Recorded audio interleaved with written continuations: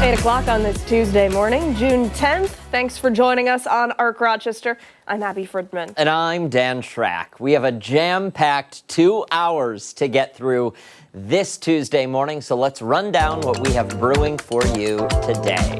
All right, some poetry under the stars. Today we're giving you a sneak peek at the upcoming festival at Highland Park Bowl. One of the featured poets will join us live and share a piece that they've been working on, and they'll perform this week. I hope they also write a poem about us. I think that's a pretty big ask. We're easy. Speak for yourself. We're not overly complex people. No? No. Roses are red. Dan has blonde hair. Roses are red. The news makes me blue. You fill in the blank. It's already half written. Okay. And then after, we are counting down the days to the highly anticipated International Jazz Festival. This morning, we are going to be speaking to one of the headliners. That's Oliver Wood of the Wood Brothers. Yep, and then speaking of some big names, tonight the Rochester Red Wings are hosting Napoleon Night 2.0.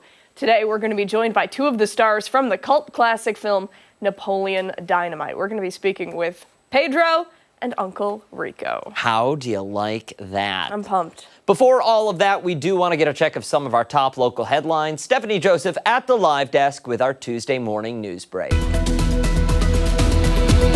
Well, good morning there, guys. We do begin with tensions rising at Ontario Beach Park after another weekend of violence. Business owners and local leaders say they're frustrated and concerned as summer crowds begin to grow. Video shared right here with 13 Wham shows fights breaking out once again, prompting renewed calls for action. Monroe County Legislature President Yersha Roman, who represents the area, says plans are in motion to improve safety. That includes a capital improvement project for next year, expected to be discussed at tonight's legislature meeting.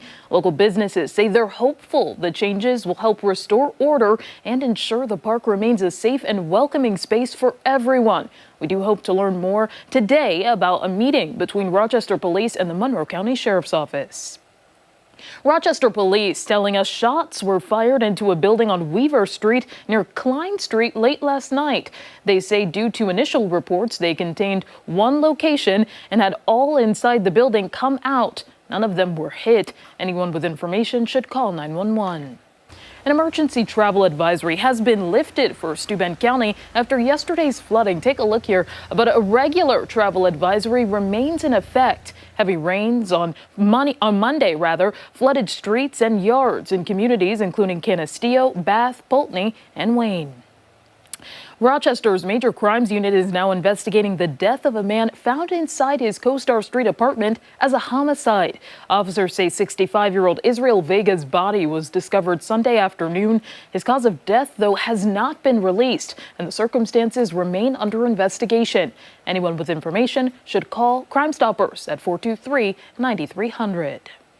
Recovery efforts are set to continue today for 5-year-old Zijay St. Pierre. On June 1st, he fell from the Andrew Street Bridge and has yet to be found. Rochester police have been patrolling the Genesee River between High and Lower Falls, while the RFD, MCSO, and the state DEC are searching the river north of Lower Falls and into Charlotte. For all these top stories and any updates, be sure to visit 13wham.com. Back to you.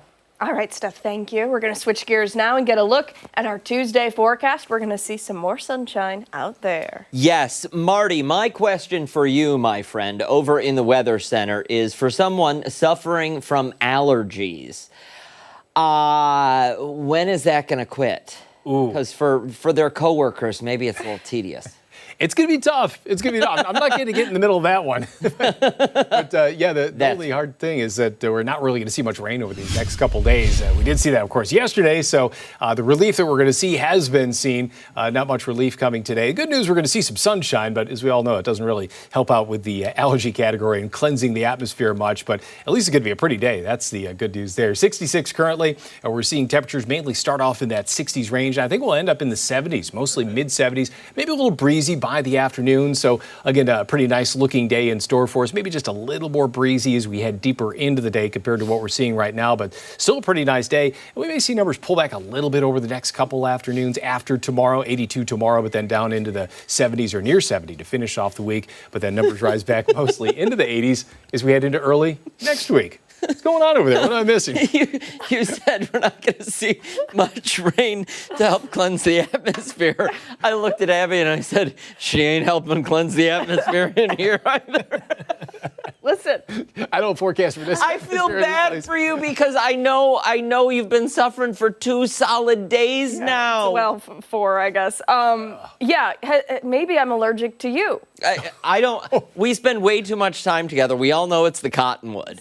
Yeah. It's because you spent time outdoors doing yard work and housework and everything this past weekend. Blah, blah, blah. Allergies to housework and yard work. That's what it is. Do you feel okay though, at least? I mean, not really. No. I'm sorry. No, it's okay. I sound way worse than I feel. I just Okay. feel bad for everybody at home because I sound disgusting. No, we'll get past that as long as you feel okay. 10 out of 10. Okay, good. You're holding it together well, Abby. Thanks, Marty. Right, Marty? Thank you, sir. We appreciate it. Sure. All right, let's go off the top. I'll try to get through this quick.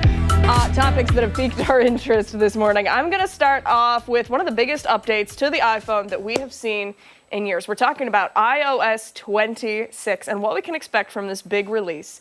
So if you're thinking to yourself, I must really be behind on my iPhone updates because I should be on iOS 17, you're not. Apple is skipping right over iOS 18 and they're just going right to 26, apparently to coincide with the year. So now it'll actually make sense when you're talking about the version of the software, right? 2026, iOS 26. It made sense to them over at Apple. So the software is getting a total makeover, starting off with the appearance. They're calling this redesign liquid glass. It's supposed to make everything on your screen look soft, glowy, kind of like you're looking through glass. I don't know why I wrote that. That was really dumb. Anyway, the intro. True, though. Well, it's true, but it just was a little repetitive. Either way, it's going to make everything look elevated. You got to think of this like it's a facelift or maybe a fresh coat of paint. Some people on social media have said that they're not a big fan of this, and I didn't have time to pull up all of the posts. But some people are saying it looks messy. You're getting a look at it right there on your screen. They're saying it's really you're going to struggle to read it. But those are just some people online. Also coming to a screen near you, a partnership with some other companies. So let's say you're scrolling on social media and you see a really cool pair of sneakers. Instead of screenshotting the picture and letting it rot in your photos album until your next paycheck or until you forget about it altogether, Apple is giving people the chance to scan their screen and then find the item online, like on Etsy, eBay, Google, etc., Amazon. The Message app also got a little bit of a redesign. The typing bubbles, that you see pop up when you're texting somebody or somebody's texting you, those are going to be coming to group chats. So that's kind of neat, right? You also will have the chance to request and split money through Apple Cash, which is getting built into group chats. You can also make chat backgrounds, and you can also do polls in Message. And you know how much I love a good poll. Absolutely. You know how much I love a survey. The new iPhone software, iOS 26, will be preloaded on the iPhone 17 this fall. You will be able to update your existing iPhone right around that time as well. I really should have posted or pulled some thoughts from people on social media because some people are saying this is like super, super sick and it's the coolest design ever. Others are saying this is just ridiculous looking. It looks like something out of the Jetsons. It's all like futuristic. And here's the thing. People are always going to find something to complain about, right? They're still going to buy it.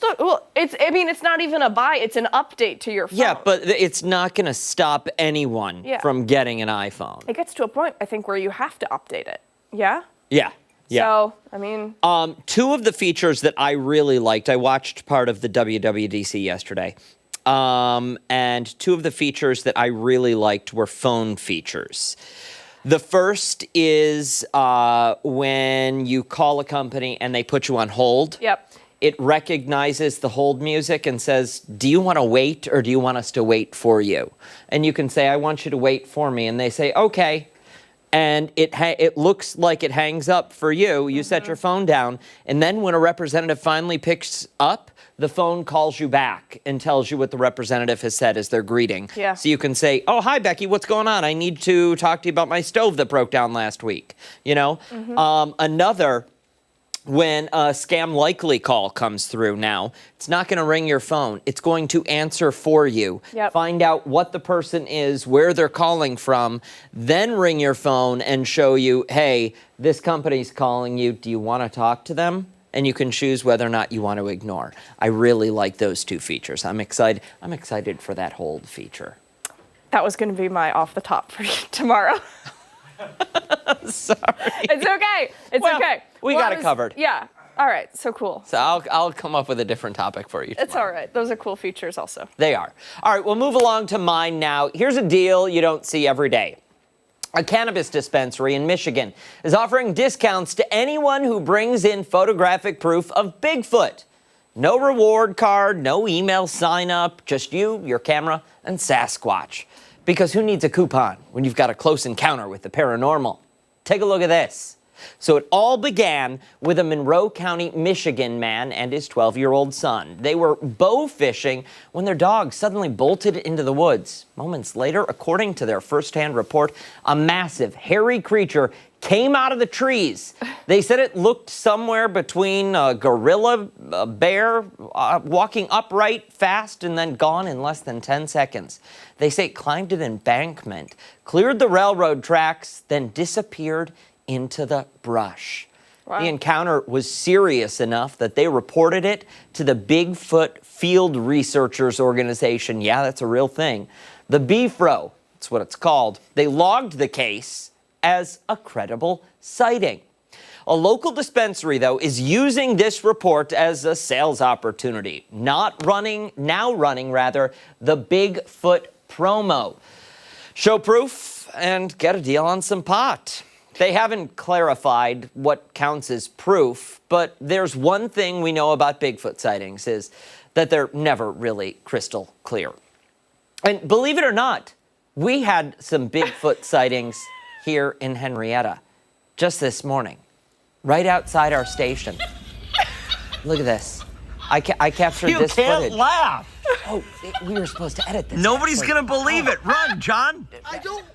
Pay no attention to the voices. That was Bigfoot. Is it conclusive? No. Is it compelling? Also no. But there is a large, bearded figure lurking near the satellite dishes at 4225 West Henrietta Road. Now, I'm not saying it is Bigfoot, but I'm not saying it's not Bigfoot. And if the dispensary honors out-of-state sightings, consider this the Wham submission. It's amazing. I just want to say I walked in as that video was being filmed and was so confused, but have been laughing about it all day. Poor John, we're out there. No, pick your feet up higher, John. You gotta look like an animal. You know? He was a good sport. He was a good sport. Probably the shoes need to be dried out, though. Oh, absolutely. That grass was wet. Credit, though, to producer Ashley for saying, let's go get our own Bigfoot videos. Good job, Ashley. Yeah. Very good. Yeah, really interesting. I mean, you know how, I don't want to call them crazy, but you know how passionate Bigfoot fans are, Bigfoot believers. Potheads. Bigfoot fans, Bigfoot believers. When I lived in Vermont, they had Nessie, the Lake Champlain monster, and, I'm sorry, Champy. And, yeah, Nessie's over in Scotland. Yeah, I know, I got you. Listen. I know. But it was, you know, everybody was always thinking that they spotted. Captured a picture of the monster? Yeah. Yeah, absolutely.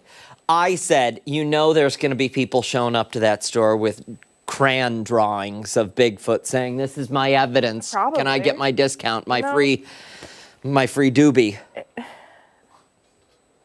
Can I get some devil's lettuce on discount?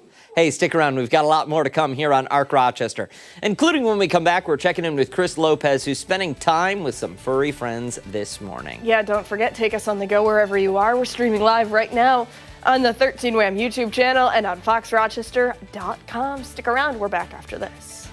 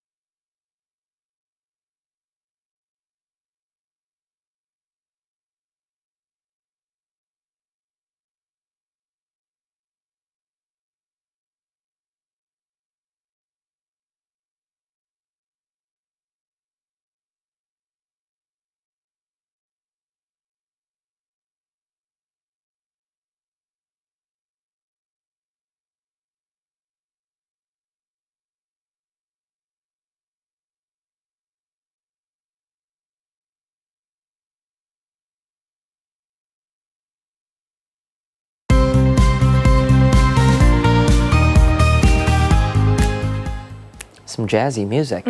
This weekend, a popular pet festival is returning with the goal of raising money for shelter services, food, and medical care for animals in need. Yeah, the event hosted by Verona Street Animal Society is called the Fast and Furriest, that is, and will feature live music, food trucks, and many animals racing. Chris Lopez is live at the shelter this morning, showing us how they help pets in need. Chris, what's going on? Hey, what's up, guys? Throughout the morning, we've featured a few kittens, a rooster, a few dogs. We are in the dog play yard this morning. I'm going to be going over to Christie Hall this morning. We're going to be talking about the foster program. And while the Fast and the Furriest event is happening on Saturday, adopting, fostering is a huge part here at Verona Street Animal Society. And Christy, you have a big hand in that with the foster program. But first, oh no, she ran away. I want to talk about her. She's a little bit shy right now, so we'll... This is Felicia. She's about 2 years old.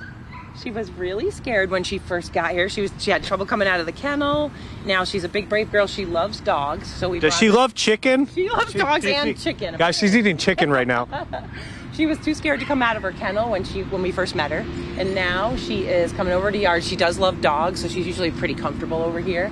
It's different with, new people and stuff, but yeah, this is good. So she'll come over, she'll eat some chicken. That's all we're asking, is just to take some food, be a brave girly. Good job, Mama. And you deal with all types of dogs. I've talked to you each time I've been here, so you are really the dog whisperer, so you see all of them.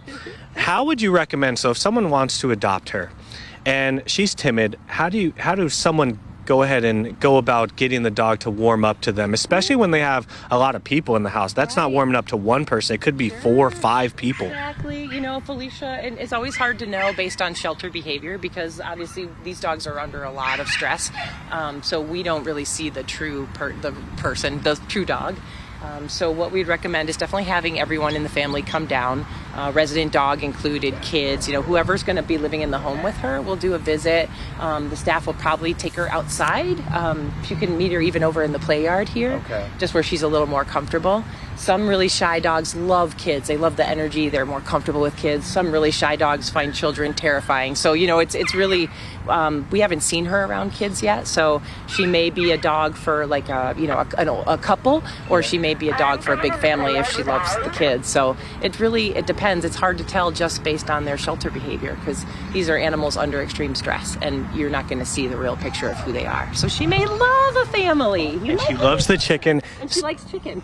And Stacy was telling me about the renovations. Yes. And with the renovations, it's going to open up a little bit of fostering, or quite a bit of fostering. Quite a bit. Yeah. Yeah. So during the renovation, we're actually going to be in need of probably about 30 to 35 foster homes at once, which is extra beyond what we already have.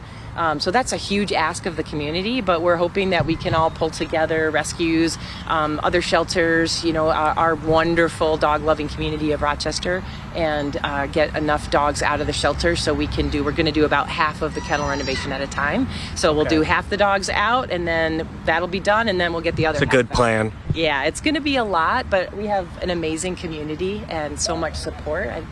It'll happen. And I want to pick your brain a little bit more. First-time dog owners. They want to adopt. Yep. What kind of advice would you give them? They may be timid of bringing a dog home. They've never owned a dog. They've maybe never even been around dogs at all. How do you think that they should go about doing that? Yeah, absolutely. I think the first thing is to do your homework, read up a little bit about, having a new dog in the home, especially as a first-time dog owner. Figure out like what lifestyle you have and what do you want your dog to do with you. Are you a person that wants to binge on Netflix all day and just have the dog chill? Maybe you're looking for a senior dog that just wants to sleep with you and snuggle. If you're a real active person, you want to run marathons and you want to train a dog to run with you. Maybe you want a husky or something, a working breed that really needs that kind of stimulation and exercise. So definitely think about what you want to do with your dog, and then come to the shelter and we can help match you with a friendly and wonderful pet here. Oh, I'm sorry. You interrupted your chicken dinner. We're going to get out of here. We're going to let her finish her chicken dinner. We're going to be back on the other side, probably at Brown Square Park, talking about the Fast and the Furriest event, how you can participate and how it helps out Verona Street, coming up next on ARC Rochester. We got to get out of here, man. We're interrupting a chicken dinner. You can't do that. Dog or human. Can't interrupt a chicken dinner. Chris Yeah. always with the food. Yeah, girls gotta eat, Chris. Absolutely. Gotta learn to enjoy. Look at her go. So cute. You know, you were just talking about the dog whisperer. You know who else is? Terry Hancock. A dog whisperer? Yes. Really? He came over when I moved into my house. That's right. 2 years ago, and my dog Jaybird just fell in love with Terry. She usually takes a while to warm up to people. Not the case at all. It's got to be that hard exterior that does it. Maybe. Because he's a softie He is inside. a softie. Hey, stick around. When Arc Rochester returns this morning, it's weather trivia time. Yeah, Mark McLean will be here coming up next.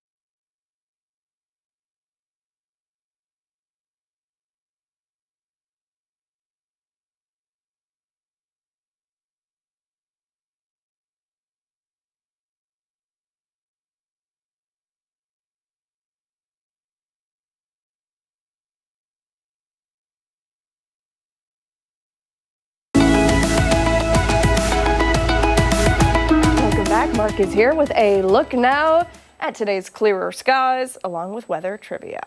Yeah, it got a little raucous yesterday, right? Yeah. It did. Yeah. So I'm eating dinner. It's like 2:30, 2:45. Early bird dinner special. time. Early bird special. Yes. You know, $4.95 is what I pay. And all of a sudden, it got very windy. Yeah. And in a matter of a minute and a half, it went from bright and sunny to very dark. And then it started. And we had several rounds of rain, especially for areas southeast of Rochester, that storm system that came through. We had some reports of flash flooding down into Yates County, into parts of southern Yates and Steuben County. So that's one thing we looked at. But first, let's talk about something that severe weather can produce. Jumped the gun. It goes along with that theme. We had thunderstorms in the region yesterday, and they produced lightning. How many lightning strikes per year does the planet Earth get? We did this question before. No, we I didn't. thought we did our area. We did our area. Yeah. No, you did this question before. No, I didn't. I don't remember doing it. You did this question before. Really? Yes, I'm. Was Abby off that day? Ashley. I did thunderstorms per day. On the planet. I don't think so.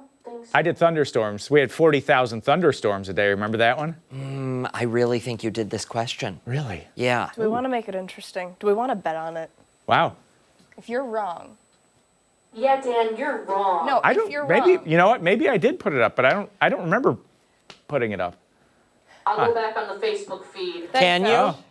I mean, you're gonna have to Give me go. a second. You're gonna have to go back a while. Let's do it anyway. The Yeah. truth will be there, right? Yeah. So is it 8 million strikes? Is it 800,000 strikes? 80,000 strikes? Or 8,000 strikes of lightning per day on planet Earth. Now, the best part about this is every time there's a lightning strike in the atmosphere, it produces atmospheric ozone, which blocks the harmful rays of radiation from the sun. So without lightning, we would be in real rough shape. Oh, really? I didn't know that. Yeah, O2 plus O makes O3, and that's what ozone is. But the catalyst there is the heat. That's what this is, like 25 to 50,000 degrees Fahrenheit around these lightning channels, and that produces that. Such a nerd. I know.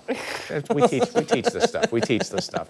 But we'll have the answer coming up at 9 on ARC Rochester, and you can guess on Facebook too. Put your answers down. We'll have that answer coming up for you. Yeah, speaking of thunderstorms and severe weather, let's go down to Yates County. This was down in Milo Center, a flash flood report there, water over Himrod Road there, and then down into southern Yates County. This was another report of water over the road. Down towards the Bath area, also that's into central Steuben County, just a little bit outside the Rochester area.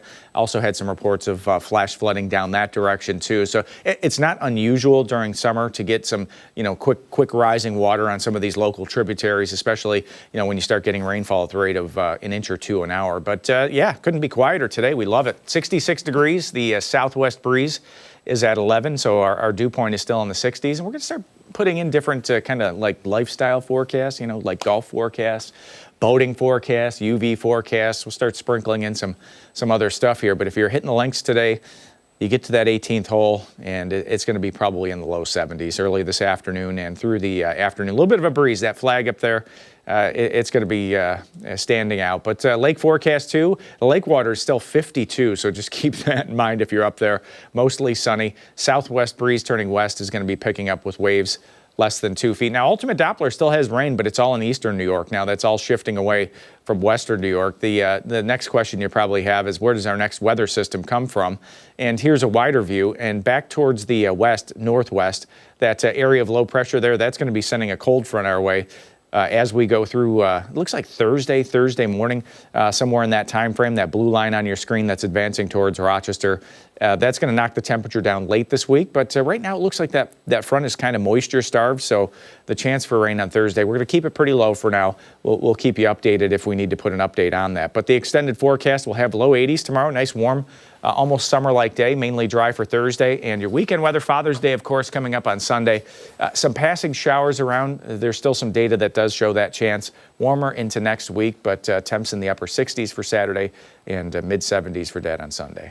So producer Ashley corrected me. She said we've never had that as a question before. Okay. I am convinced that maybe I'm living in like a time warp. We did hit severe weather. We did like hail, we did wind, we did thunderstorms, we did how many thunderstorms are in western New York. So we did cover lots of ground with severe weather, but I think I still have a reasonable guess for this though. Okay. For thunderstorms, what was it, 40,000? Yeah, a day on average on the planet. Most of those are actually down at the equator in the intertropical convergence zone. It's like a little band of storms that just circles the planet down there. So I've got a response for the question. Okay. All right. Do you think you know? I think so. I've got a good guess. Okay. Yeah, I'm feeling good fair. about it. Look at that, people. 9 days. 9 days. Pretty close. And then Do you remember when it was like 1,000 days? It was like 91 or 92 when we started, wasn't it? Yeah. Yeah, a couple of years ago when it was 1,000 days. I can't wait for summer 2025. I know. It's here. I know. It's here. All right, sounds good. Thank you, Yeah. McLean. Yep. All right, time right now is 8:30. Don't go anywhere. Much more to get to this morning on ARC Rochester. We're back right after this.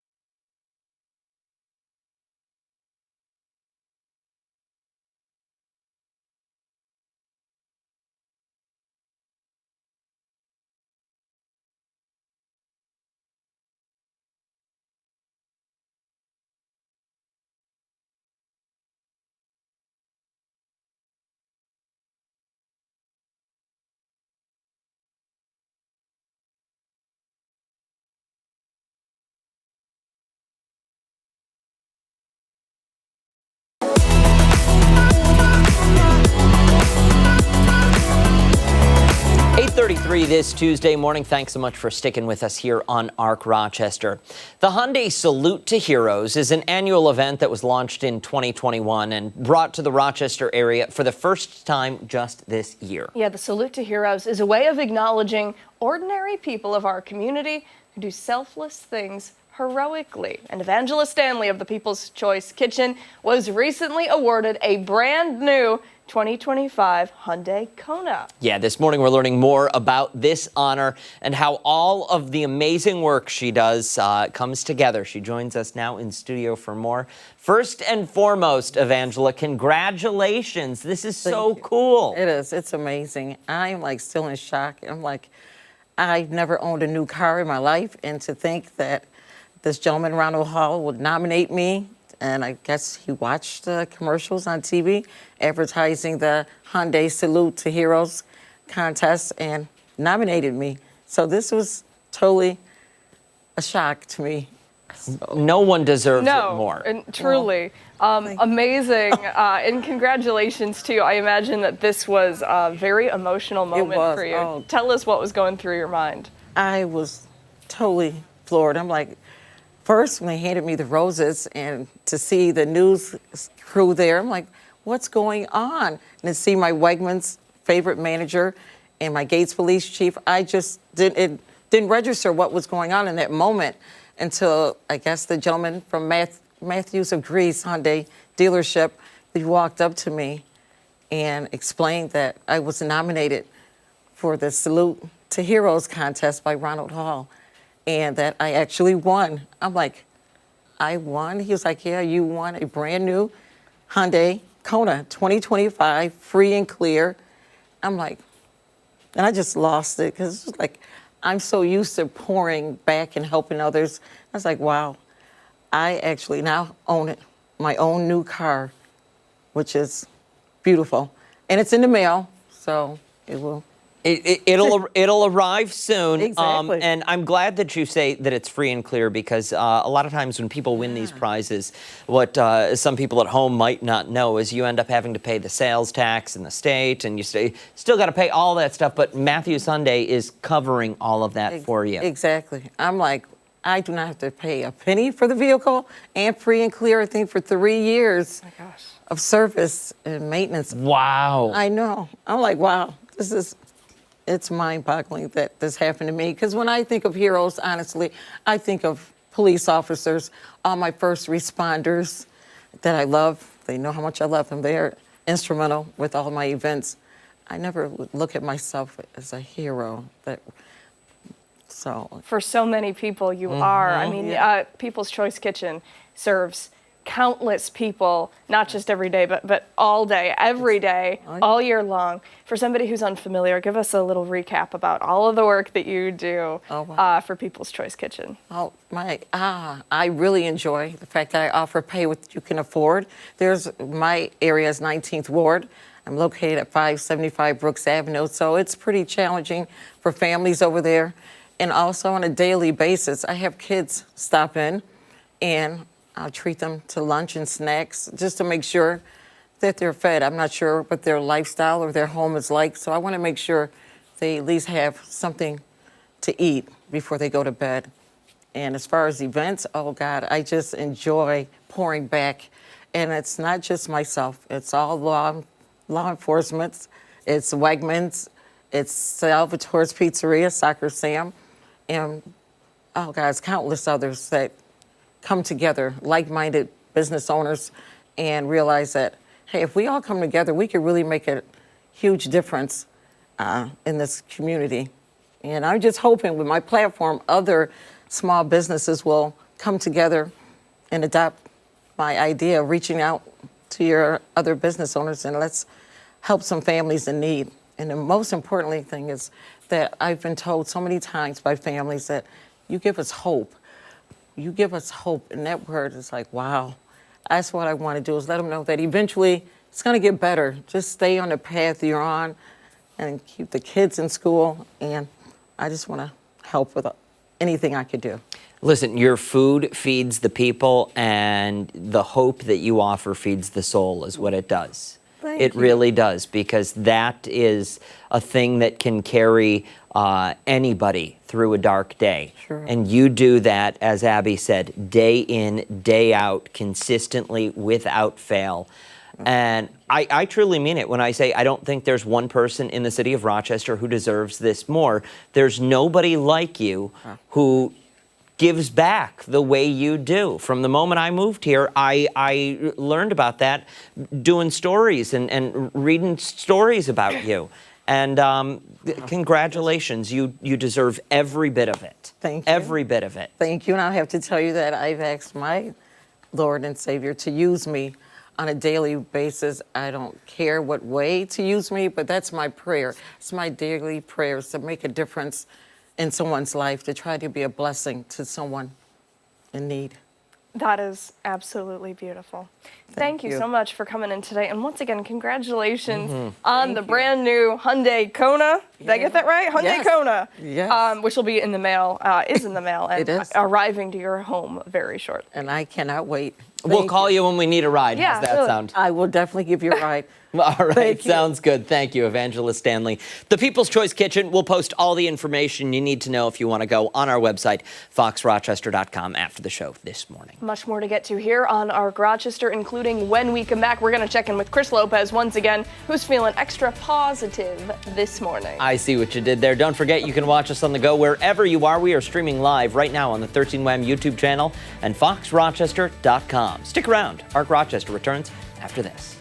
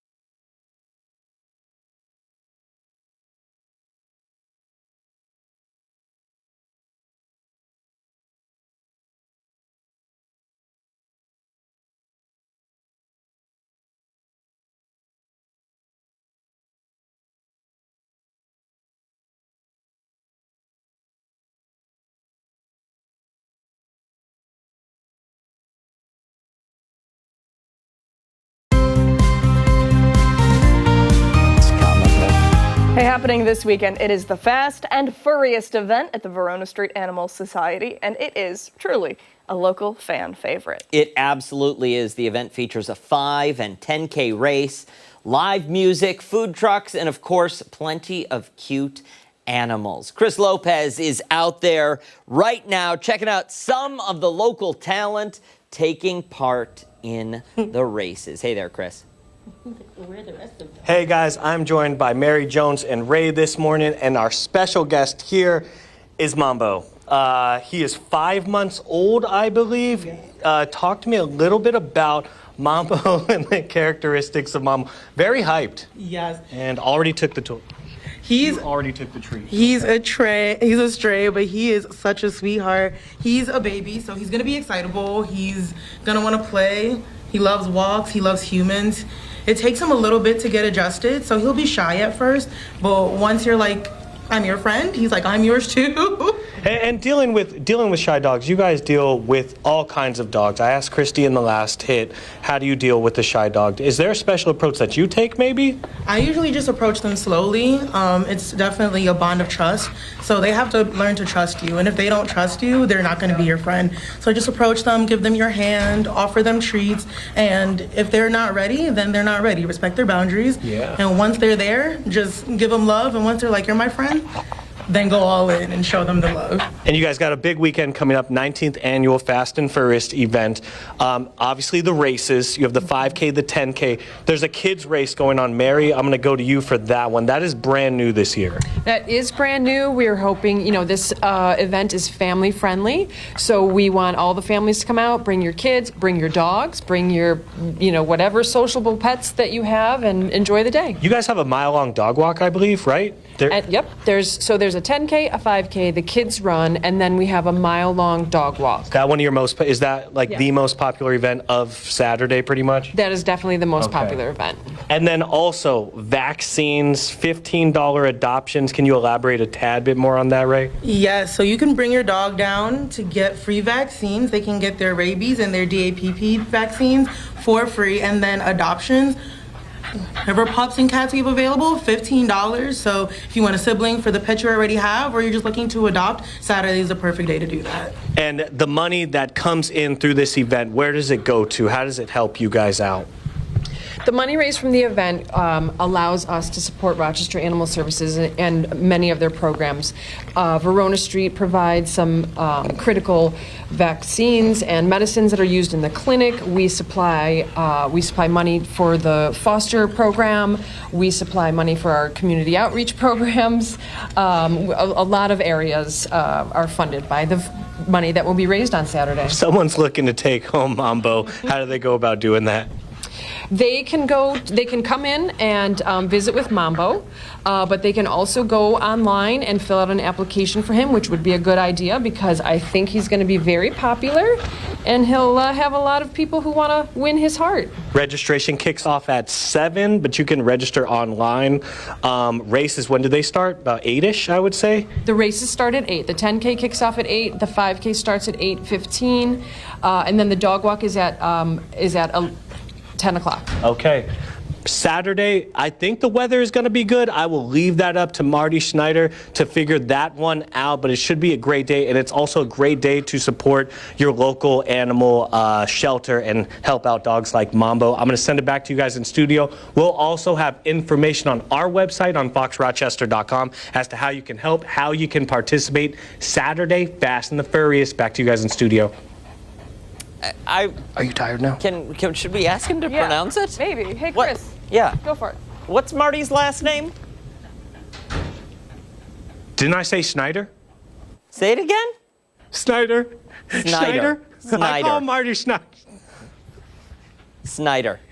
How long SN. does Chris work? Not SCH. Hey, look, you guys messed up the Fast and the Furious event on that one, so it's Fast and the Furriest. Yeah, Chris. I've taken so much allergy medicine, I can't even see the camera right now. And I have to deal with Delusional somebody over who's here. on allergy medication. Excuses. Oh, by the way, it's also Mark McLean in here, too. Yeah. Maybe want to get your Mets right. Oh, yeah, Mark McLean, too. He can Yeah. talk about the weather. All right, Lopez. We like the animals anyhow. When we come back, this morning's, what do we have? Crime Stoppers. We have Crime Stoppers coming up. We're back after this.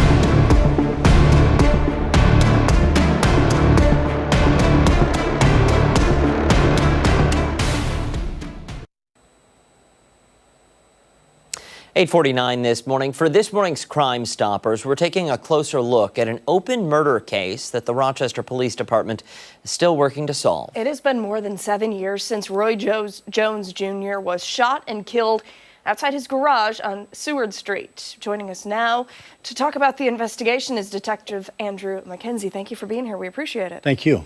Let's get right into it and break down this unsolved murder. Roy Jones Jr., what can you tell us about him? Yes, he seems, by all accounts, is a good guy. Family had all good things to say about him. The location, he was actually in his garage, detached garage at the back of the house, when somebody came up and fired shots into the garage through a door. One of the bullets struck Roy and killed him. The location was kind of set up as maybe an after-hours bar, gambling spot, and we don't know if the intent was to rob him because there's thought of maybe there was some money or something like that inside, but it does not appear that the killer actually got inside the garage to confront him and get any proceeds. Is it, do you believe that the intent was to kill him, though? It appears that way. Like I said, the bullet went through the door, so I'm not even sure if they actually saw each other when this happened. Okay. So the photos that we have up are the inside of that garage. There was liquor and things like that. Like I said, it looks like an after-hours kind of bar, neighborhood gathering spot kind of, sure, if you will.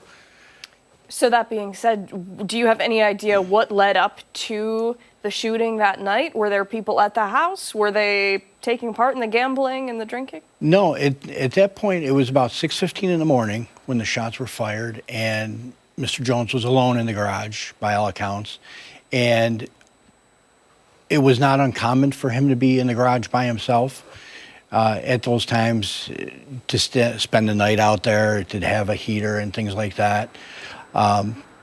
But it may have been just a coincidence that they ran into each other. The person may have thought the garage was empty and they'd be able to get in and do a burglary, and ran into Mr. Jones trying to see what was going on when somebody was coming in. We have a few competing theories as to actually what happened, and we've had dozens of leads that we've tracked down, but nothing has come to fruition with any of that yet. As each day passes, I imagine cold cases get more and more difficult to solve, no? Yes. Passage of time, people's memories fade. Things that were important kind of move out of their memories, and they don't talk about them because it's, not at the forefront of their thought process. The other thing is that video systems that may have something of value overwrite, but we did get as much video as we could from the area, which was unfortunately a little inconclusive as to who was responsible. But like I said, we have several leads, but we're pretty confident there are people out there that know what happened. People generally talk about this sort of thing, or knew a plan, or maybe they're not directly involved, but they know somebody that did something. Mm-hmm. I imagine that this was not a really popular time for Ring doorbell cameras or anything like that, correct? No, it wasn't. And where the garage was situated was kind of actually on Barton Street, and at the end of the street, there's not a lot of surveillance video on houses, not any really Ring doorbells or anything that we could come up with. But as we've seen in so many of these cold cases that you guys work diligently to solve, it's often just one person knowing one little key piece of information that they oftentimes believe police are already aware of. So for anyone sitting at home, what do they do if they know something? Do they just call RPD? Do they call Crime Stoppers? Either way would be great. Either way would be great. If they know something, say something. It may just be to corroborate what we know. It might be the little bit of information that that will put us over the top, or that person may be a good witness, and now with the passage of time, they're more comfortable coming forward. So those are all things that we're looking for. Detective, thank you for your time today. We appreciate it. We'll post this story and the information you need over on foxrochester.com.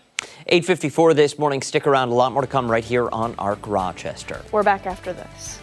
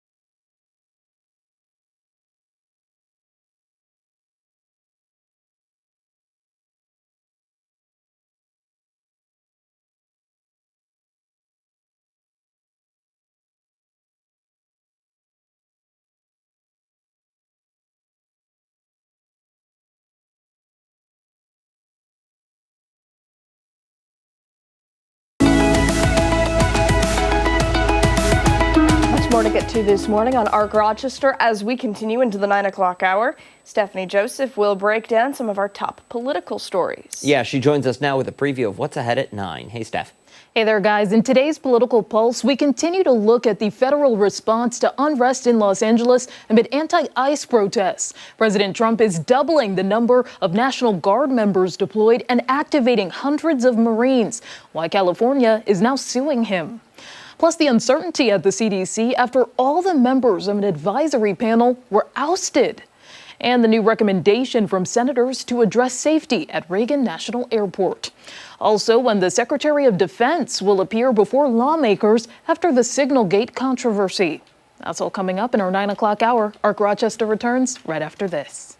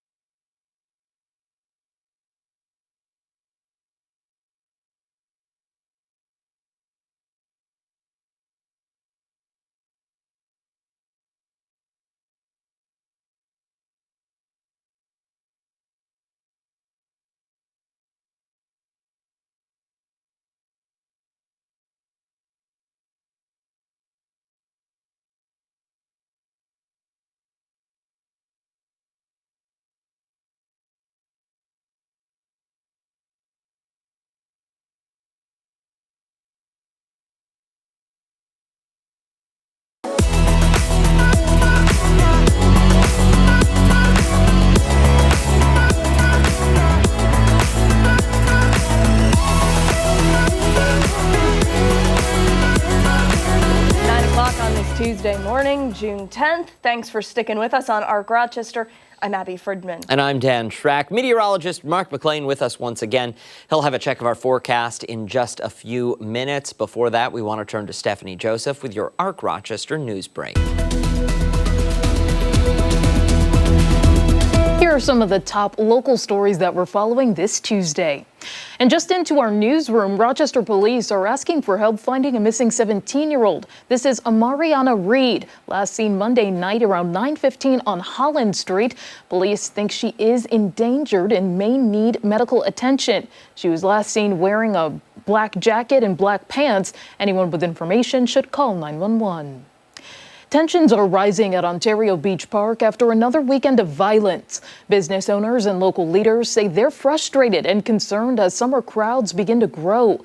Video shared right here with 13 Wham shows fights breaking out once again, prompting renewed calls for action. Monroe County Legislature President Versha Roman, who represents the area, says plans are in motion to improve safety. That includes a capital improvement project for next year, expected to be discussed at tonight's legislature meeting. Local businesses say they're hopeful the changes will help restore order and ensure the park remains a safe and welcoming space for everyone. We do hope to learn more today about a meeting between Rochester Police and the Monroe County Sheriff's Office. Rochester police tell us shots were fired into a building on Weaver Street near Klein Street late last night. They say due to initial reports, they contained one location and had all inside the building come out. None of them were hit. Anyone with information should call 911. An emergency travel advisory has been lifted for Steuben County after yesterday's flooding, but a regular travel advisory does remain in effect. Heavy rains on Monday flooded streets and yards. You're taking a look at that here in communities, including Canisteo, Bath, Pulteney, and Wayne. Rochester's Major Crimes Unit is now investigating the death of a man found inside his CoStar Street apartment as a homicide. Officers say 65-year-old Israel Vega's body was discovered Sunday afternoon. His cause of death, though, has not been released, and the circumstances remain under investigation. Anyone with information is urged to contact Crime Stoppers at 423-9300. Recovery efforts are set to continue today for 5-year-old Zyjay St. Pierre. On June 1st, he fell from the Andrew Street Bridge and is yet to be found. Rochester police have been patrolling the Genesee River between High and Lower Falls, while the RFD, MCSO, and the state DEC are searching the river north of Lower Falls and into Charlotte. For all these top stories and any updates, be sure to visit 13wham.com. Back to you. All right, Steph, thank you. We'll get a check of the forecast now and the answer to this morning's weather trivia. Mark is back.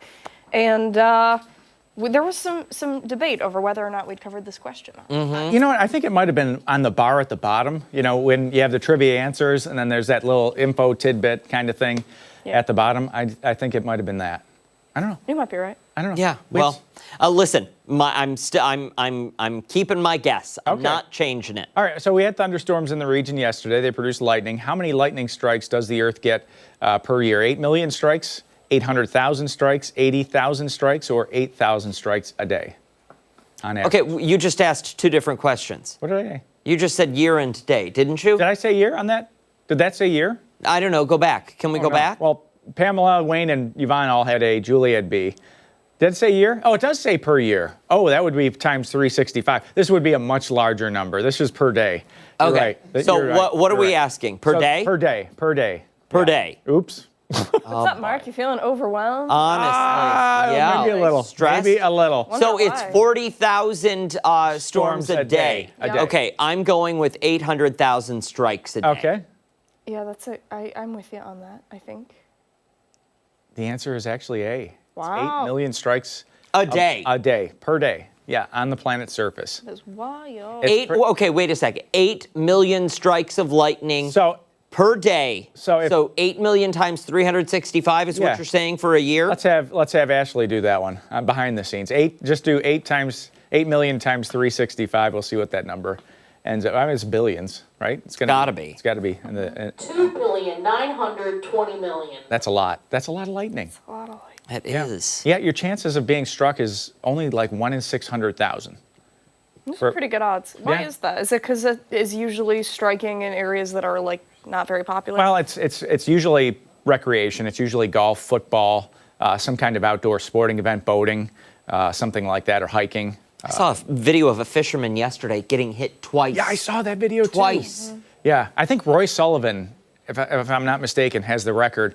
He was struck like 11 or 12 times in his lifetime. He was a park ranger out west in Wyoming, I believe it was. I imagine they would study someone like that to see if, like, is there something in your blood? I don't know. That's pretty wild, right? Wouldn't after like the third time you'd be like, hey, maybe I should find a different job? Yeah. Maybe I'm just going to stay indoors. Work in a basement. Yeah. Do some accounting. Work in a basement, do accounting. On a typewriter that's not plugged into anything. Yeah, the old style. Yeah. That's amazing.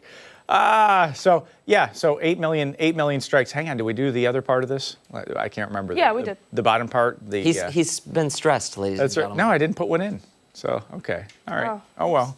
Marley, one more time. Hey, send us your pictures of your muddy paws out there. Could be cat, dog, whatever you'd like to do. Chime in, 13wham.com/chime in, scan that QR code, and we'll have your pup on the screen tomorrow morning. I can promise you that. You scan that in, and we'll give you the muddy paw forecast today. We're in pretty good shape tomorrow. Actually, you could have some muddy paws, especially south of town, where we just had a deluge yesterday. I mean, we had, several inches of rain.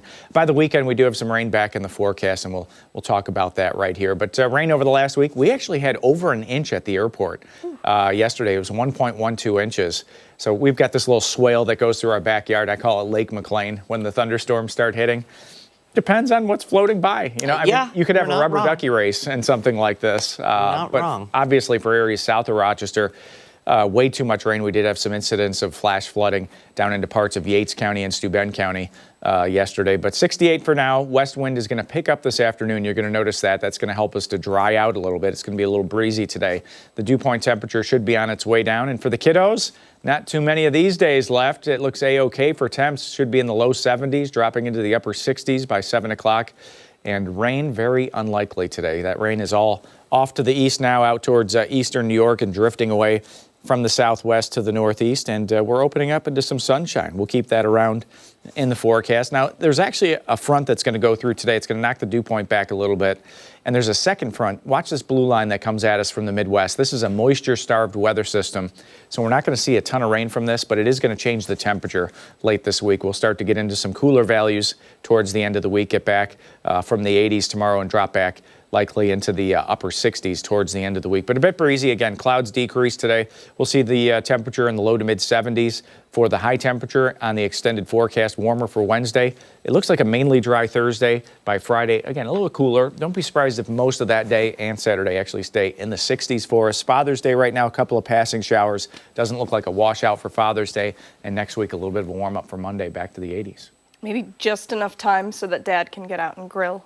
That would or be whatever nice. on Sunday. Or Do dads Dad- like to do that? Yeah. Father's Yeah, a Day? little grill. Or is it more like, I don't know.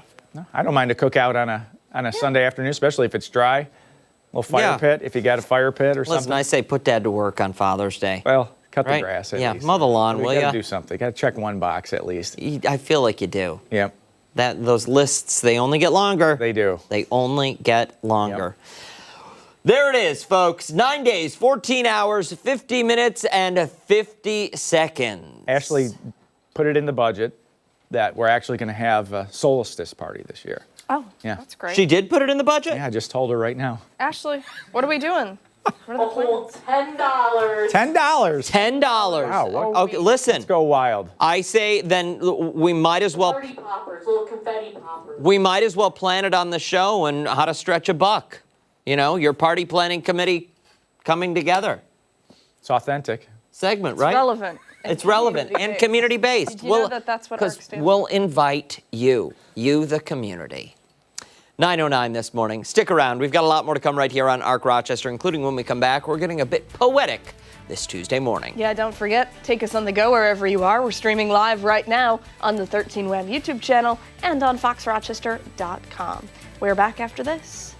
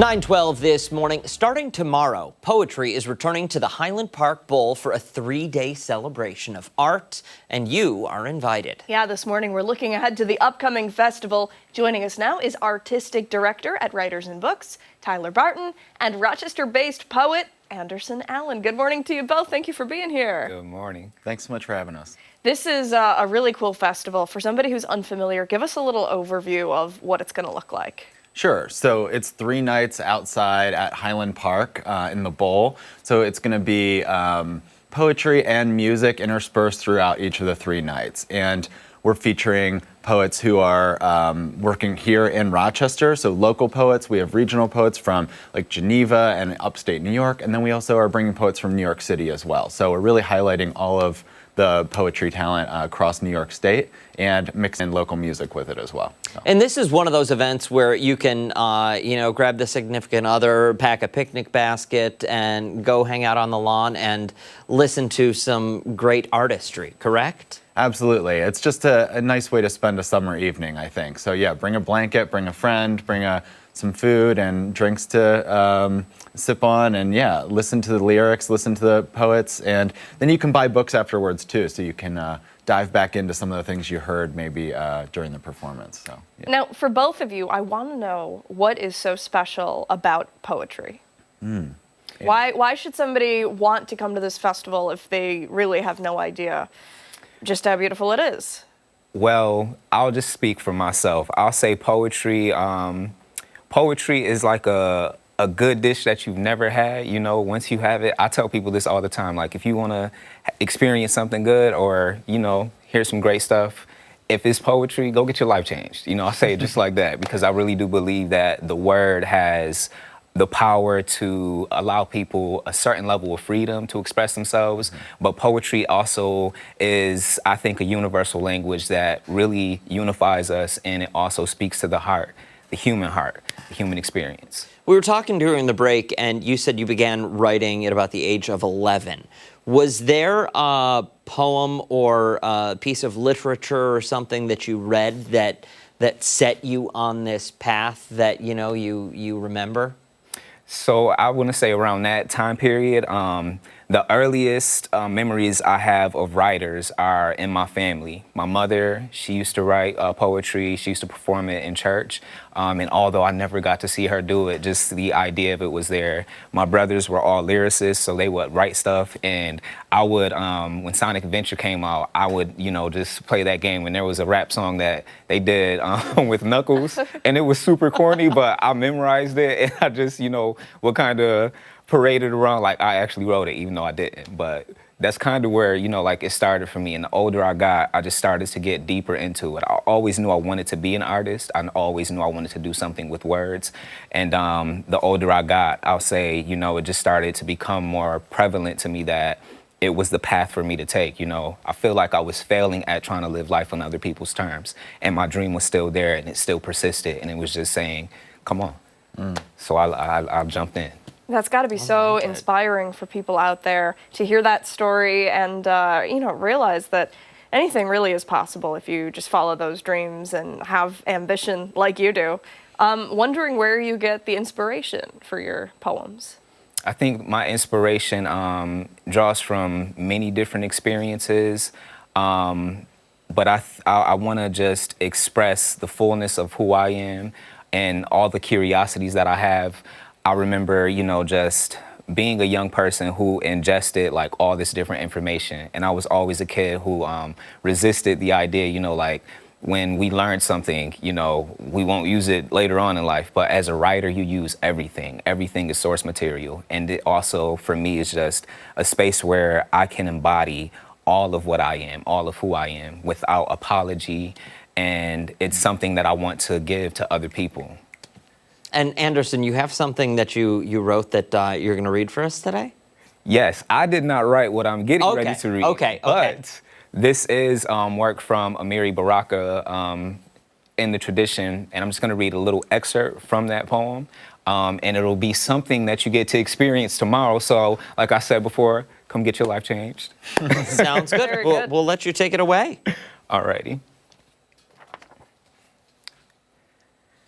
Tradition of Douglas, of David Walker, Garnet, Turner, Tubman, of rages, yeah, rages, of kings and counts and dukes, of satchel mouths and sun rays and of Bessies and Billies and Sassies and Ma's, musical screaming, yeah, tradition of Browns Wells and Brown Sterling and Brown Clifford, of H-Rap and H-Box, Black Baltimore Sister Blues, anti-slavery singers, countless funky blind folks, and one-leg country beat-boppers, bottleneck and the guitar neck dudes, whispering, thrashing, cakewalking, raging, ladies and gents, get down folk, elegant ass, skywriting tradition of Du Bois, Baby Dodds and Loveys, Austin Sojourner. I thought I heard Buddy Bolden say you terrible, you awful Lester. Why do you want to be president of all this? In the tradition. Wow, that was That was terrific. excellent. Though you're not just reading the words either. It's a full body performance. Absolutely. You have to breathe and believe what you're saying. You have to fully embody it. And to me, that's what it is. You know, it's really pushing the message forward. You can't just do that if you read it. You have to really put all of yourself into what you're saying. Otherwise, you don't really convey what you really need to, and you do the words injustice when you do that. And I think for me, it's really about, these aren't my words, but I want to honor what ancestor Amiri Baraka left here for us. And that is a tradition, a long tradition that goes, you know, just orally for the work that Black people have done, you know, like in this country as writers, but also historians. That little piece was beautiful. I'm sure the evening will be filled with much more beauty. Give everybody the information if they want to come by. Yeah, so it's tomorrow night, so Wednesday, June 11th, Thursday, June 12th, Friday, June 13th. We are at the Highland Park Bowl. You can come for free if you would like, or you can pay to buy a ticket. That helps Writers and Books continue to do programming like this. But we try to make the festival accessible for anyone, no matter how much money you've got in your wallet. We also have ASL interpretation, and it's a handicap accessible space. So we're really trying to make sure that everyone feels welcome to join us at the park, 6:30 to 9:30 each night. So come down to the park and you'll find some great stuff. Anderson and in the tradition, that's tomorrow night. So. Terrific. Thank you both so much. We really appreciate it. Thanks. And for you at home, if you want to go, we'll post all the information you need to know on our website, foxrochester.com, after the show this morning. Much more to come this morning on Arc Rochester. When we come back, Steph will be here breaking down some of our top political headlines. Your political pulse coming up next.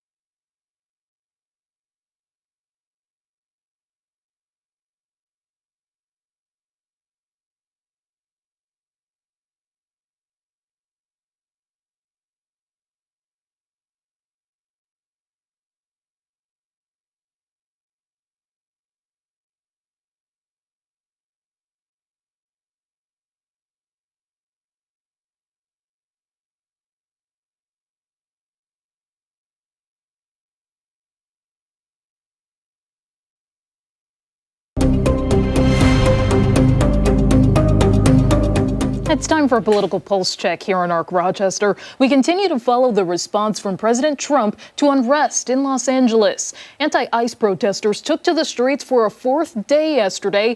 LA's mayor says more than 100 people were arrested, suggesting fringe groups or outside agitators are inciting violence, not the peaceful protesters. Around 700 Marines have also been activated. President Trump doubled the number of National Guard members mobilized to 4,000. The governor says the president is trying to provoke chaos.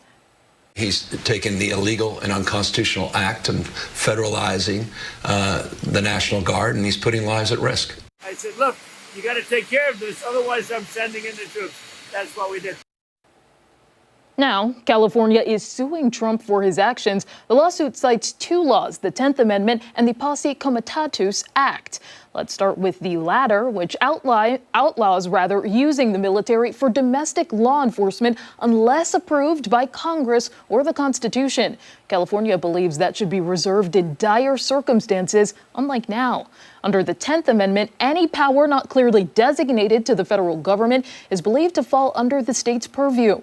California believes policing is part of that. And if you remember from yesterday, Title 10 allows the president to federalize the National Guard when one of at least three conditions are met.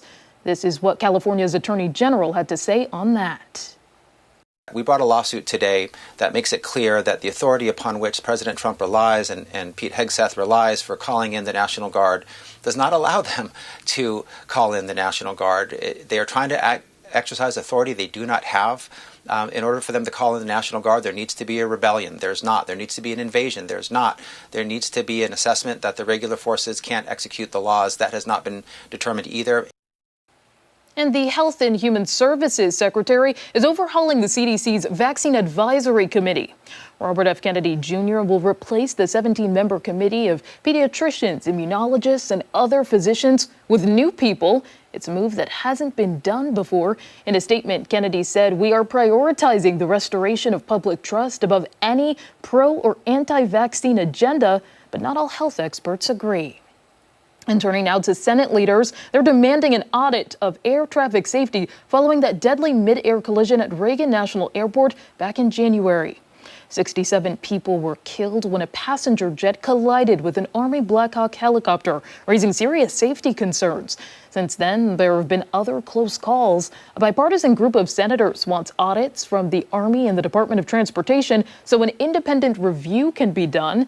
In response to the crash, the FAA has already implemented several safety recommendations from the NTSB aimed at preventing future incidents. And finally, Defense Secretary Pete Hegseth is scheduled to appear before members of Congress for hearings this week. He will start with the House Appropriations Subcommittee. This will be Hegseth's first time testifying since his confirmation hearings. Lawmakers will now have the opportunity to question Hegseth directly about Signalgate. Now, earlier this year, you might remember, Hegseth was accused of sending military plans to a group chat that included other top national security officials on the messaging app Signal. A journalist from The Atlantic was also inadvertently part of that chat. Another topic Hegseth could be asked to answer is the mobilization of Marines to LA. And be sure to stay with ARC Rochester for your top political headlines. We're back after this.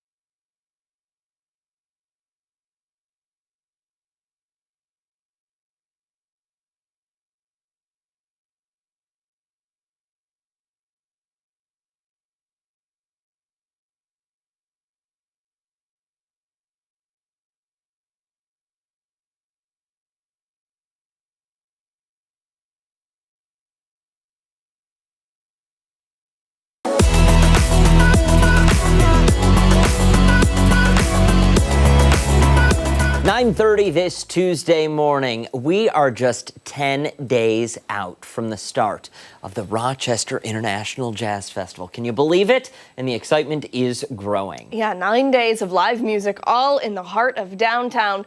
We cannot wait. We know you at home cannot wait. This morning, we're getting a closer look at one of the headlining acts. Yes, we are joined now by Oliver Wood of the Wood Brothers, who is headlining June 24th at Kodak Hall. Good morning, Oliver. How are you? Good morning. I'm fine, thank you. Thanks for having me this morning. Absolutely. So first and foremost, I have to ask you, sir, what does it mean to be coming to the Rochester Jazz Festival in 2025? Well, for us, it's an honor that we've been asked back several times. I have lots of fond memories of playing. And I even remember one reason it's distinct is the first time we played, we had an outdoor show that got rained out and we had to go inside last minute, and feel like we got inside some old church or something and had a really hot, sweaty show, but it was just packed and it was super energetic and people were amazing. And it's always something, the audience is always special there. All right, so we're speaking with Oliver Wood of the Wood Brothers. Tell us about the rest of the group. Okay, well, I play guitar and sing, and my brother Chris Wood plays upright bass and electric bass and harmonica, and he sings. And then our drummer is Jono Ricks, and Jono also plays keyboards, and he plays keyboards while he plays drums, so he's kind of like two guys in one. Wow. And Oliver, I want to ask you a little bit about your career because it's kind of storied. You correct me if I'm wrong, but you began playing with your brother in like 2000, correct? Yeah, it's about 2005, 4 or 5. Mm-hmm. Okay, and before that, you kind of dabbled in a bunch of different genres. I want to know what of those genres and what elements you have to tap into when you get up on there on stage. Are there different versions of yourself, different eras that we get to see perform that we might not know are from when you played with this person or when you played with this person? Are there elements that you tap into? Absolutely. I think it's just like our lives are like that. Sort of, we are an amalgamation of everything we've lived, and it all comes out in us as present day people. So I played in a lot of blues bands when I was young, and that was kind of my passion. So that certainly comes out. I mean, it's fantastic to see you coming back to the Rochester International Jazz Festival this year. I know a lot of people are excited. I'm wondering, have you looked at the lineup, and will you be sneaking off to any of the shows yourself? You know, I'm going to be honest. I play a lot of shows, and I've played so many shows that I'm completely overwhelmed, and I rarely know the lineup anymore. But I do like surprises, so if you've got any recommendations, let me know. We can absolutely work on that. Yeah. We can put a list together because there are some names, yours included, that I know a lot of people around the station here at work are excited to go and see. Yeah. For you, what is your favorite style of jazz music that you love to play with the rest of the band? Well, I think what our goal is to sort of be a little bit undefinable. So it's not jazz, but it's got elements of jazz, blues, rock, gospel, country, African music, everything, calypso music, all mixed together. And I think we are, at least on a subconscious level, trying not to sound like exactly pigeonholable, if that makes sense. We want people to say, what kind of music is it? Well, there's no one word for it, and that's our goal, is to not quite fit in anywhere. Is that one of the things that makes the Wood Brothers so unique, is that you can't be defined? Well, I'll tell you what, it's not good for business. It's not very marketable, I will say. It's hard to get on the radio. But we don't know what section to put the CD in at the store. Exactly. But I think it's a creative right, and it just feels the best, and it feels the most honest. Well, we're really excited for the show, and I know a lot of people in the Rochester area are as well. Forgive me if you already said this. Will this be your first time in our area? No, it's not. No. Is no, there? we've been, Sorry, we've go been ahead. before. Oh, no, I was just going to say we've played several times in Rochester and a handful of times at the Jazz Fest. Great. So then you must have a pretty big following here. Well, we know we have some rabid friends and fans there, and we always look forward to coming to upstate up there. All up in upstate New York is great for us. What is it about the upstate New York fans and the fans in Rochester, the ones who consistently show up? What is it about that energy that you feed off of when you're up there performing? Because I imagine that's kind of key to giving a great performance, feeling that music, and then feeling something from the energy. Yeah, I don't know exactly what it is. Sometimes when I play up there in the summertime, I just feel like people are so happy that it's summer because you all have such serious winter up there. I mean, that's fair. People are much more present and excited just to be in that moment, and so that feels good. But also, if you're not in a major city, you may not get some of the same acts as often, and so people are especially appreciative when you come through the area. Oliver Wood, thank you so much for your time this morning. We really appreciate it. You don't want to miss that performance, June 24th at Kodak Hall at the Eastman Theater. That is when the Wood Brothers will take the stage. Thank you again for your time today, Star. Thank you for having me. I appreciate it. Time right now is 9:36. Much more to get to this morning on Our Rochester. When we come back, a special look at why you won't want to miss tonight's Red Wings game. And don't forget, you can watch us on the go wherever you are. Did you know Arc Rochester is streaming live right now on the 13 Wham YouTube channel and foxrochester.com. Stick around. We're back after this.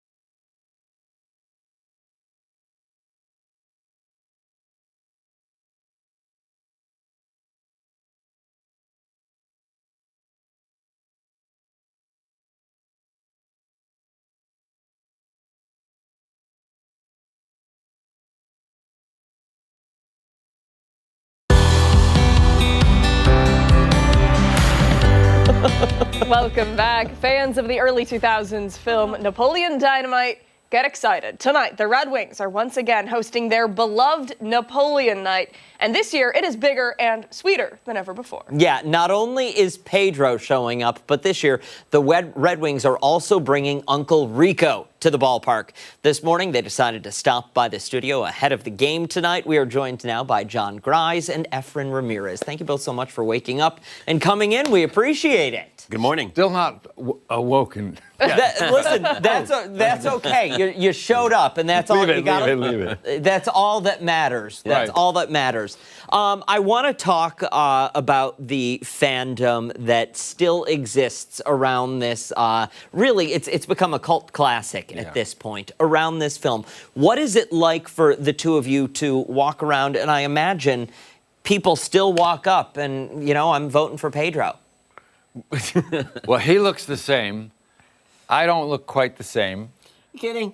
He's still snazzy, right? I mean, the fact that it's like we go on tour with Napoleon Dynamite with John Heder, John Grice, and myself, and it's amazing to see how many people are still fans of the film. I mean, the movie itself is a family film, and I think that's what gets everyone together because it brings up hope. It talks about having to figure out what life is really about, which is try to figure out life. Really? Is that how deep it is? I think so, right? Well, I would say that also it's legacy at this point. I mean, we have, it's obviously it's a film about inclusion, and a lot of families have started watching this film when, certain members were still around, and they make it like a ritual. They'll watch the film with all their members, and look at those pictures. Oh wow. Those are great. Look at that. Smiling faces. You can tell, like you said, generations and generations right there. I think that's what it is. I think ultimately, I mean, it's a nostalgic film. I think it was nostalgic from the moment it came out because I think we all understand that universality, the optimism of high school. And for the two of you, is it like taking a walk down memory lane when you go on one of these tours and you get to kind of relive, what it was like shooting this? I think we talk about that, especially the fact that when we shot this movie, remember it's an independent film. So for us to think about, like, even when we were shooting the movie, we were wondering, is this film ever going to go anywhere? Is anyone going to see this film? Who's going to be affected by it, and who's going to be like? I mean, we were big fans of the movie when we saw it.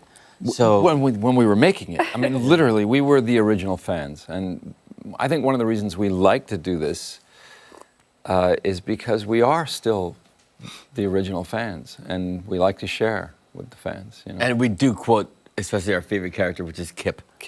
Like, your mom goes to college. How about some gold bracelets? It is a very memorable movie with its memorable lines.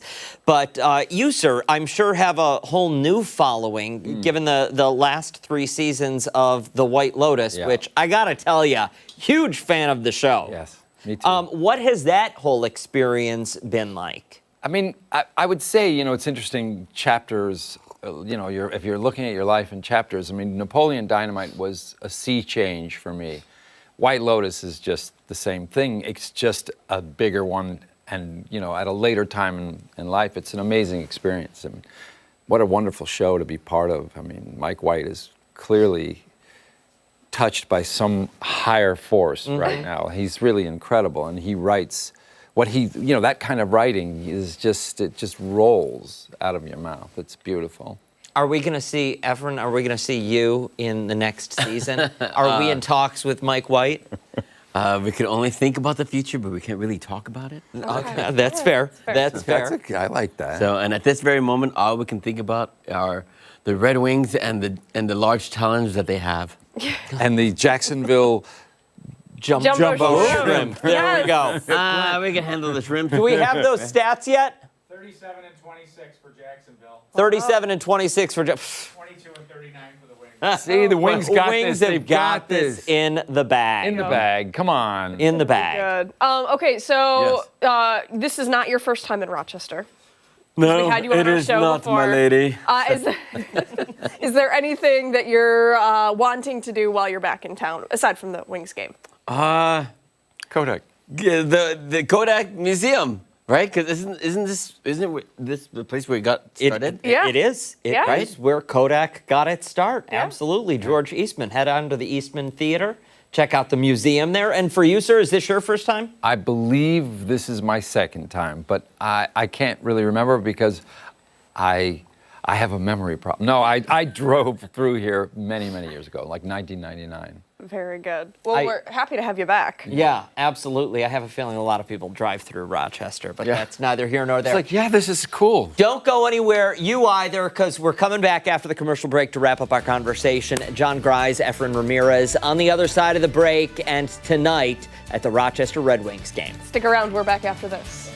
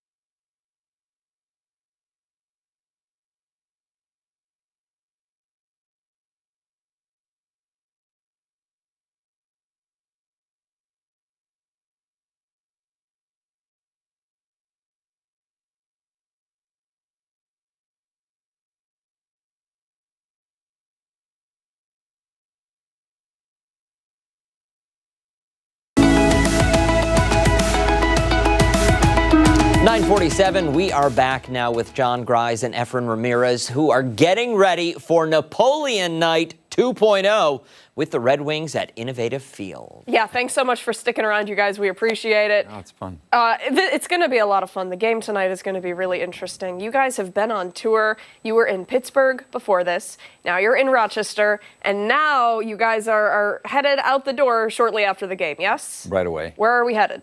Well, we go to Tacoma and Kirkland Friday and Saturday, and then he goes to New Mexico and I go to London. So what do these shows look like? Because, I'm sure much different than what people are going to experience at the Red Wings game. When you go on tour, what does it look like? Oh, it's a fully interactive experience. We're not just, they show the film and then we get up on stage, but we don't really just sit up there and polish our nails on our lapels. We don't just sit around and talk about the film. We do talk and tell some stories from behind the scenes, and then we do a question and answer, and we do trivia, and we do games, and we have people come up on stage. We make them reenact scenes. Is it all done in character? No. Okay. He slips in and out.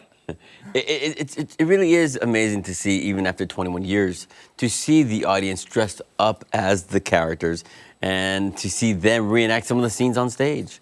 We do have a time machine and a tetherball. And we play music. And we have songs.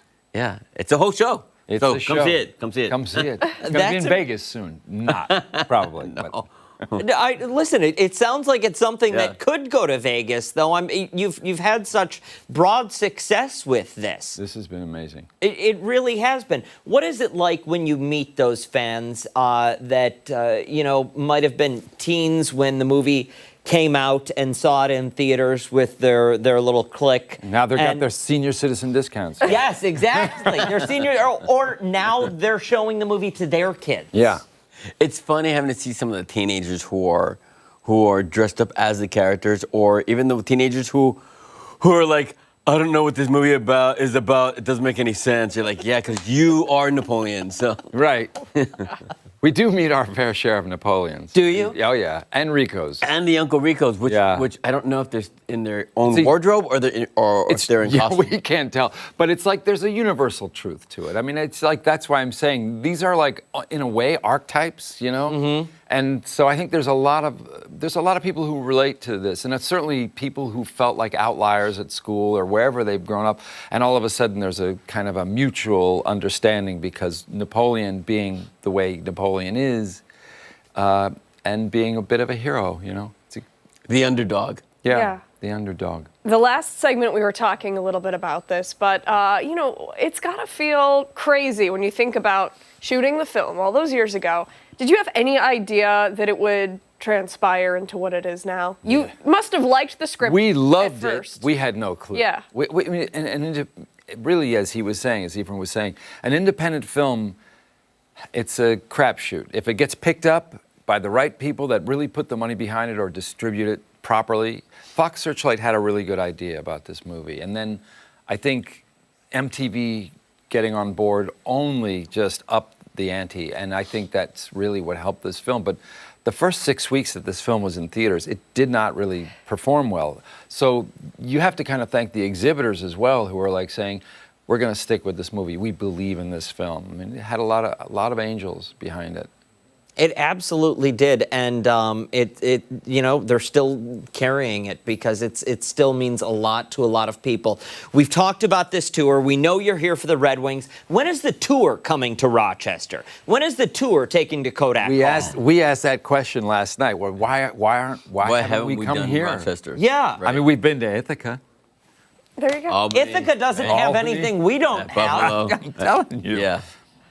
We just need to kind of just change that configuration and go this way instead of this way. Yeah. We'll put it in the maps. We'll put in the hands of the gods, right? Yeah. All right, listen, we want to be on the calendar in 2026. That's all I'm saying.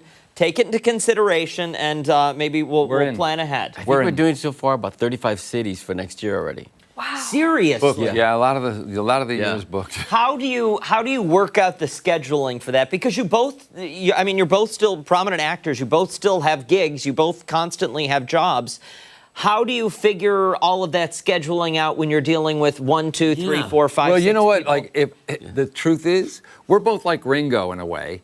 Yeah. You know, I mean, like if he doesn't feel well, as long as John is there, you know, the show goes on. If he misses, then we cancel. Because when I was gone for 4.5 months in Thailand doing White Some Lotus show 3, called White Lotus. but these guys were continued doing the show, and then when I got back, I just got back on the road with them. You know. Yes, but we kind of mix and manage everything. I mean, from we try it. We like to do it all together. Working We the really do. films. We prefer it. But sometimes, you know, if something's booked. It's really, I mean, you're not technically related in the movie, but you really are kind of like a real life family at this point, aren't you? Absolutely. Yeah. They beat me up all the time, though. It's like We give them a hard time. Just like look at this. I put this on him as we were walking in. I wanted to have my Red Wings. There's actually one on his There back is? as well. Put that one there. That's a price tag. I know. Well, there's a price for everything. So whether we're on stage or on camera, for the fact that we're able to do what we love is just a gift in itself. And we give each other a hard time on stage, and I think that is also it's so familial, you know. And funny because people like to know the fact that, you know what, we're human, you know. Just we're like goofy and silly and. Last time I checked, anyway. I hope so. I hope so. Yeah. Right. I mean, who's this guy? Who's this guy? Who am I when I'm at home? Anyway, I don't know. I don't know, honestly. Thank you both so much for coming in this morning. Such a We pleasure to be greatly here. appreciate it. Absolutely. You don't want to miss Napoleon Night tonight at Innovative Come to the Field. game. Yes, What else come are you to gonna the do? game. What else Are there tickets still available? There are tickets still available. How is that Tickets possible? available. And if you come, all of your wildest dreams will come true. That's right. He'll make sure of it. Thank you again. What more could you ask for? Thanks, guys. right. We appreciate Thanks. it. 9:54. When we come back, our final thoughts this Tuesday morning. We're back. Oh, it is Tuesday. It is Tuesday.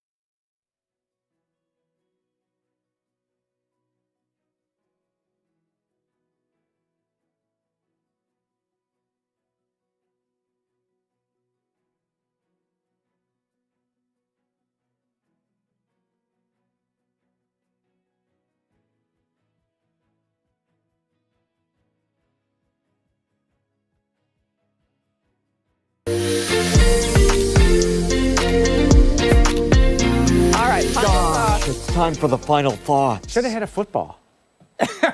We should have. I was thinking about it didn't pop into my mind until the end of that segment to run back and see if we could get one from sports or We something. have one right under there. Oh, I know. The one that you guys That's were where it is that I throwing threw yesterday. at Mark yesterday. Yeah.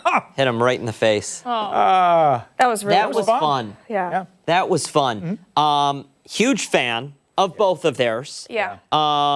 It was great to see Efren again. Yeah. Because he was in here last year. Yep. And then Uncle Rico, John Grise, White Lotus. Yeah. I mean, Yeah. Super Checking that one off the so list. deadpan in that movie. Yeah. It was Right? Just wild. Did such a good job. Yeah. Such a good movie. Hopefully they'll bring that tour here next year. That would be sick. Yeah. That would be really cool. Get everybody Steph, in how there. big of a fan are you? Of White Lotus? No, because she has, none of these jokers have watched White Lotus. Sorry. How am I the only one on this island? Yeah. Some of us have lives. I don't know what to tell you. I don't have all day to That watch does it for TV. us here on ARC Rochester. Make sure to wake up with us again tomorrow morning starting at 4:57 over on some other channel. What is it? 13 Wham ABC. Steph and Mark will be there later today for 13 Wham News at midday. Sorry. It's like bumper He's hitting her cars. again. Bye.